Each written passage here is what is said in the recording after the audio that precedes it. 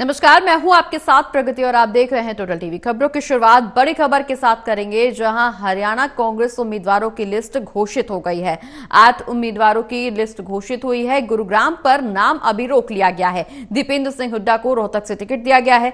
सिरसा से कुमारी शैलजा चुनाव लड़ेंगी। वहीं करनाल की बात करें तो करनाल से दिव्यांशु बुद्धिराजा को चुनावी टिकट मिला है। बता दें कि इस दौरान हिसार से जयप्रकाश चुनाव लड़ेंगे। सोनीपत से सतपाल ब्रह्मचारी को टिकट दिया गया है। वहीं अंबाला से वरुण मुलाना को टिकट दिया गया है। भिवानी से रावदान सिंह चुनाव लड़ेंगे। फरीदाबाद से महेंद्र प्रताप को चुनावी मैदान में उतारा गया है। तो बड़ी खबर आपको बता दें, जहां हरियाणा कांग्रेस उम्मीदवारों की लिस्ट घोषित कर दी गई है। बता दें कि 8 उम्मीदवारों के नामों का ऐलान हो गया है। हालांकि गुरुग्राम पर अभी भी पेच फंसा हुआ है। गुरुग्राम के नाम को उजागर नहीं किया गया है। हरियाणा कांग्रेस उम्मीदवारों की लिस्ट घोषित कर दी गई है। हिसार से जयप्रकाश चुनाव लड़ेंगे। वहीं करनाल से दिव्यांशु बुद्धिराजा को चुनावी मैदान में उतारा गया है। सिरसा से कुमारी शैलजा चुनाव लड़ेंगी। तो बड़ी खबर आपको बता रहे हैं, जहां सिरसा से कुमारी शैलजा, करनाल से दिव्यांशु बुद्धिराजा को टिकट दिया गया है। वहीं हिसार से जयप्रकाश चुनाव लड़ते हुए नजर आएंगे। हरियाणा कांग्रेस उम्मीदवारों की लिस्ट घोषित कर दी है। काफी लंबे इंतजार के बाद, चिंतन मंथन के बाद आखिरकार हरियाणा में उम्मीदवारों के नामों का ऐलान हो गया है।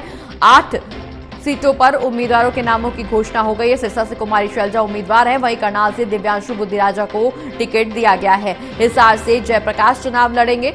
बता दें कि दीपेंद्र सिंह हुड्डा को रोहतक से उम्मीदवार बनाया गया है। 8 उम्मीदवारों के नाम घोषित हो गए हैं। गुरुग्राम के नाम पर हालांकि अभी उम्मीदवार घोषित नहीं किया गया है। और इसी खबर पर ज्यादा चर्चा करने के लिए हमारे साथ हमारे एसोसिएट एडिटर देवेंद्र कथुरिया जी फोन लाइन पर जुड़ गए। देवेंद्र जी, काफी लंबे संघर्ष के बाद, काफी लंबे इंतजार के बाद, चिंतन मंथन के साथ अब आखिरकार 8 उम्मीदवार हरियाणा में घोषित कर दिए गए हैं। क्या वजह है कि गुरुग्राम में अभी भी उम्मीदवार के नाम का ऐलान नहीं हुआ है? कहां पेच फंसा हुआ है? देखिए प्रगति, शुरू से ही कांग्रेस के दोनों गुटों में खींचतान चल रही थी। हालांकि 1.5 महीना पहले 13 मार्च की शाम को 6 अनाउंस किए थे बीजेपी ने, जिनमें मनोहर लाल जी का नाम था। फिर उसके बाद 23 तारीख की शाम को बाकी 4 भी कर दिए थे। मतलब 1.25 से 1.5 महीना हो चुका है। बीजेपी उम्मीदवार अपना प्रचार शुरू कर चुके थे। एक राउंड भी लगा चुके हैं लोकसभा में, जैसा उनका दावा है। कांग्रेस में लगातार देरी हो रही थी, खींचतान थी, दोनों गुट हावी थे, अपने अपने समर्थकों को आगे कर रहे थे। जब ये फाइनल लिस्ट बनी मल्लिकार्जुन खड़गे के पास ही, खबर है कि उसके बाद भी पार्टी ने सर्वे करवाया है, एक अंदरूनी सर्वे करवाया है। उस सर्वे के आधार पर अब ये सारी टिकटें बांटी गई हैं। मेरी अभी कई लोगों से बात हुई प्रगति, एसआर के ग्रुप के नेताओं का, जो एसआर के नेताओं को अपना नेता मानते हैं, उनका कहना है कि भूपेंद्र हुड्डा ने गारंटी दी है, हाईकमान को गारंटी दी है कि सीटें जीतवा के दूंगा।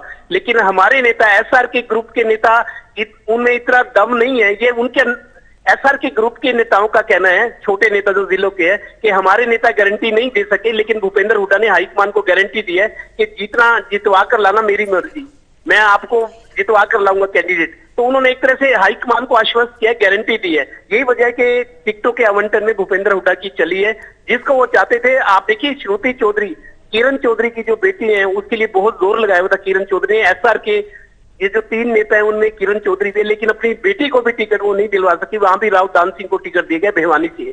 करनाल की बात करें, दिव्यांशु बुद्धिराजा दीपेंद्र हुड्डा के नजदीकी है।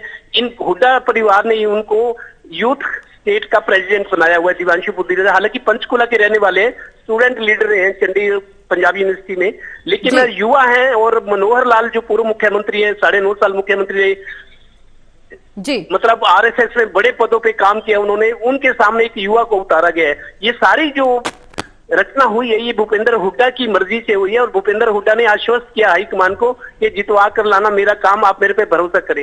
यही वजह है कि भूपेंद्र हुड्डा की चली है। अब गुरुग्राम को लेकर अभी तक खींचतान है। गुरुग्राम में ऐसे ये था कि राज बब्बर का नाम था, लेकिन चूंकि एक पंजाबी समाज को करनाल में दिव्यांशु बुद्धिराजा को टिकट दिए गए, तो राज बब्बर को टिकट नहीं मिलेगी। वहां कैप्टन अजय यादव जो मोर्चा खोले हुए हैं, हालांकि भूपेंद्र हुड्डा को अपना नेता नहीं मानते वो, लेकिन कांग्रेस में है, पुराने नेता है। ये भी है और कोई नया कैंडिडेट भी गुरुग्राम में बिल्कुल देवेंद्र जी, गुरुग्राम जगह की सीट पर चूंकि नाम पर अभी भी पेच फंसा हुआ है, खींचतान अभी भी देखने को मिल रही है। नजर बनाए रखिए, हम फिर लौटेंगे आपके पास देवेंद्र जी। लेकिन इस बीच जो 8 उम्मीदवारों के नामों की लिस्ट जारी की गई है, जो घोषणा हुई है, करनाल की बात कर लेते हैं। हमारे साथ ज्यादा चर्चा करने के लिए हमारे associate editor doctor Mahesh Kumar भी बने हुए हैं। महेश जी, 8 उम्मीदवारों के नामों पर घोषणा हो चुकी है, उम्मीदवारों के नाम सामने आ चुके हैं। करनाल की सीट इस टाइम हॉट सीट बनी हुई है। वजह यह है कि यहां से बीजेपी की तरफ से पूर्व मुख्यमंत्री को चुनावी मैदान में उतारा गया है। कांग्रेस ने बहुत लंबे इंतजार के बाद अब आखिरकार घोषणा की है। काफी लंबा समय लिया है चिंतन मंथन के लिए। शायद वजह यही रही कि बीजेपी के सामने कोई ऐसा कैंडिडेट उतारा जाए करनाल सीट पर या अन्य सीटों पर बीजेपी के मुकाबले कोई ऐसा उम्मीदवार उतारा जाए जिससे जिताऊ उम्मीदवार का नाम दिया जा सके, जिताऊ उम्मीदवार की संज्ञा दी जा सके। करनाल की चर्चा हम कर रहे हैं, जहां से बीजेपी की तरफ से पूर्व मुख्यमंत्री चुनावी मैदान में है। कांग्रेस ने दिव्यांशु बुद्धिराजा पर दांव खेला है, यंग कैंडिडेट है। कितना आप उम्मीद कर सकते हैं कि कांग्रेस की तरफ से कड़ी चुनौती होगी बीजेपी के लिए करनाल सीट पर?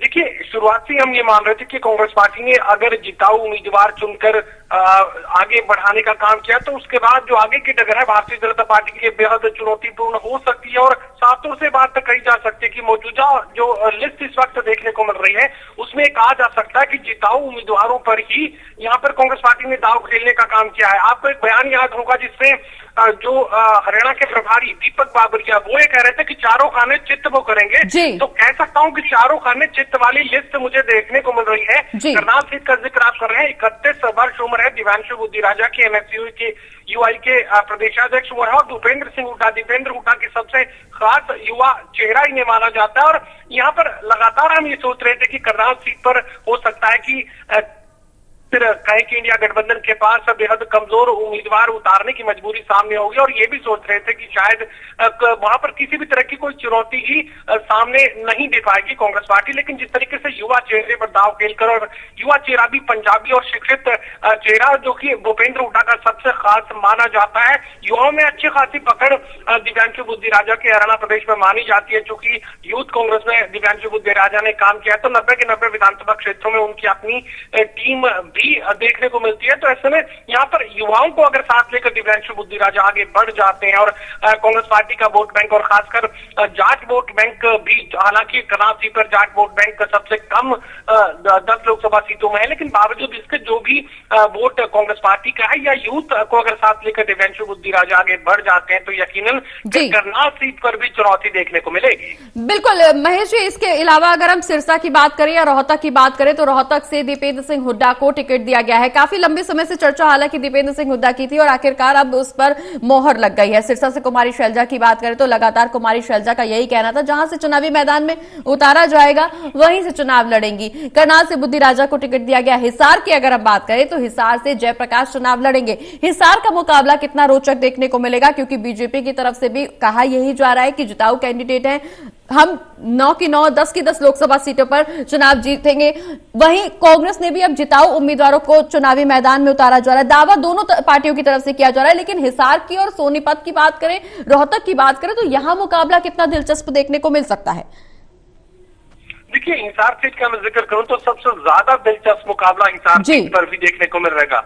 भारतीय जनता पार्टी के लोग ये उम्मीद कर रहे थे कि बृजेंद्र सिंह को चुनावी मैदान में उतारा जाएगा और बृजेंद्र सिंह की टीम भी लगातार ये गारंटी सामने रख रही थी कि उन्होंने पार्टी में शामिल होने के लिए शर्त ये रखी थी कि हिसार लोकसभा सीट जो है कांग्रेस पार्टी में आने के बाद बृजेंद्र सिंह को दी जाएगी। लेकिन बार बार पूरी ताकत यहाँ पर भूपेंद्र सिंह हुड्डा लगाते हुए नजर आ रहे थे। बार बार गांधी परिवार को, यहाँ तक कि सोनिया गांधी को गारंटी देने का काम भूपेंद्र सिंह हुड्डा कर रहे थे कि जयप्रकाश को चुनावी मैदान में उतारने का काम करें। और सर्वे के लिहाज से भी जयप्रकाश सबसे मजबूत थे। और जैसा कि जिक्र पहले से किया जा रहा था कि एक बार फिर से सर्वे करवाने का काम पार्टी की तरफ से किया गया। फेरिस्त यहाँ पर तय कर ली गई थी।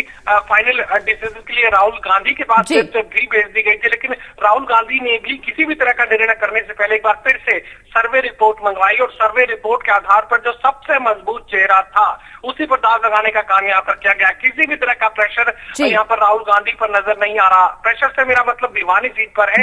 ये माना जा रहा था कि किरण चौधरी एसआर के ग्रुप पूरा प्रेशर यहाँ पर बनाएगा श्रुति चौधरी को टिकट देने को लेकर, लेकिन मैं कह सकता हूँ कि किसी भी तरह के प्रेशर में यहाँ पर राहुल गांधी नहीं आए हैं। ये तय किया गया है कि जिताऊ उम्मीदवार के हाथ में ही टिकट पहुंच जाए और भिवानी सीट पर सबसे मजबूत उम्मीदवार का मैं जिक्र करूं तो रावदान सिंह ही सबसे मजबूत उम्मीदवार हाल फिलहाल हो सकते थे और सबसे बड़े चेहरे पर, सबसे मजबूत चेहरे पर यहाँ पर कांग्रेस पार्टी ने दाव खेलने का काम किया। बिल्कुल बिल्कुल महेश जी, अगर हम हर सीट की चर्चा कर रहे हैं तो हर सीट पे इस बात को नजरअंदाज बिल्कुल नहीं किया जा सकता कि भले ही लंबा समय जरूर कांग्रेस ने चिंतन मंथन के लिए लिया है, लेकिन जो 8 उम्मीदवारों की घोषणा आज की गई है वो कहीं ना कहीं इस तरह के नाम है जो कांग्रेस अपने आप में ये दावा कर सकती है कि जिताऊ कैंडिडेट है और ये कड़ी चुनौती बीजेपी के लिए भी होने वाली है। महेश जी, नजर बनाए रखिए पूरी खबर पर, हम फिर लौटेंगे आपके पास। हमारे साथ एसोसिएट एडिटर देवेंद्र कथुरिया जी भी लगातार फोन लाइन पर बने हुए हैं, हम उनसे भी चर्चा करेंगे। लेकिन इस बीच बड़ी खबर आपको बता दें, जहां सिरसा से कुमारी शैलजा को उम्मीदवार बनाया गया है।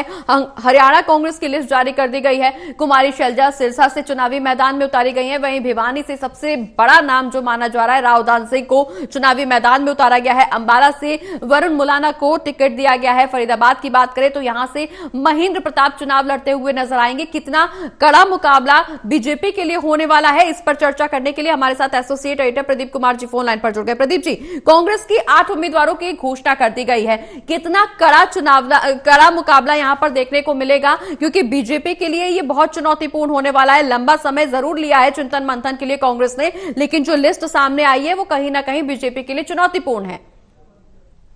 देखिए, लंबी जद्दोजहद के बाद आखिरकार लंबा इंतजार कराने के बाद कांग्रेस ने देर रात ये अपनी लिस्ट जारी की है। हरियाणा में उम्मीदवारों के नाम का ऐलान किया है। एक सीट अभी भी होल्ड पर है, गुरुग्राम सीट, लेकिन चौंकाने वाला नाम अगर देखें तो निश्चित तौर पर इसमें शामिल हैं, जैसे कि हमने पहले ही जानकारी दी थी। और ये जो नाम तय थे, पहले कुमारी शैलजा का सिरसा से चुनाव लड़ना तय था।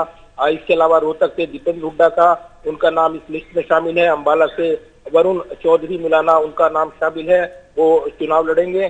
फरीदाबाद से महेंद्र प्रताप का नाम शामिल है। इसके अलावा चौंकाने वाले नाम की बात करें तो निश्चित तौर पर करनाल सीट पर दिव्यांशु जो बुद्धि राजा, उनको टिकट दिया गया है। करनाल सीट पर वो पूर्व मुख्यमंत्री हरियाणा के जो मनोहर लाल खट्टर सीट पर लड़ रहे हैं, उनको चुनौती देंगे। लेकिन सबसे ज्यादा सस्पेंस जिस सीट पर बना हुआ था, हिसार सीट पर था, भिवानी महेंद्रगढ़ सीट पर था। इस पर कांग्रेस ने अपने पत्ते खोल दिए हैं। हिसार सीट से जयप्रकाश को उम्मीदवार बनाया है। तो जो हाल ही में कांग्रेस में शामिल हुए थे, सिटिंग सांसद थे बीजेपी छोड़कर शामिल हुए थे चौधरी बीरेन्द्र सिंह के बेटे बजेंद्र सिंह, उनको टिकट नहीं मिला है। इसके अलावा महेंद्रगढ़ भिवानी सीट से श्रुति चौधरी का टिकट कट गया है। रावदान सिंह पर दाव लगाया है कांग्रेस ने। तो पूरी तरीके से इस लिस्ट पर पूर्व मुख्यमंत्री भूपेंद्र सिंह हुड्डा की छाप दिखाई दे रही है। एक तरीके से साफ हो गया है। जिस पर बड़े हुए थे वो अपनी जो आला कमान तक जो उनका मैसेज था कि उस पर उम्मीदवार उनकी पसंद के हों, तो ऐसा दिखाई दिया है इस लिस्ट में। ये नाम साफ करते हैं। चलिए, बहुत बहुत शुक्रिया प्रदीप जी, तमाम जानकारी हमारे दर्शकों तक पहुंचाने के लिए। तो लगातार कांग्रेस उम्मीदवारों की लिस्ट जो जारी हुई है उसमें काफी चिंतन मंथन हुआ। अब आखिरकार 8 उम्मीदवारों को चुनावी मैदान में उतारा गया है। गुरुग्राम पर हालांकि अभी भी खींचतान जारी है, नाम रोका गया है। देखना यह होगा कि गुरुग्राम की सीट पर कब उम्मीदवार घोषणा की जाती है कांग्रेस की तरफ से। हमारे साथ चर्चा करने के लिए doctor Mahesh Kumar, associate editor, हमारे साथ बने हुए थे। महेश जी, आपका भी बहुत बहुत शुक्रिया। देवेंद्र जी, आपका भी बहुत बहुत शुक्रिया इस तमाम मुद्दे पर चर्चा करने के लिए, जानकारी जनता तक पहुंचाने के लिए।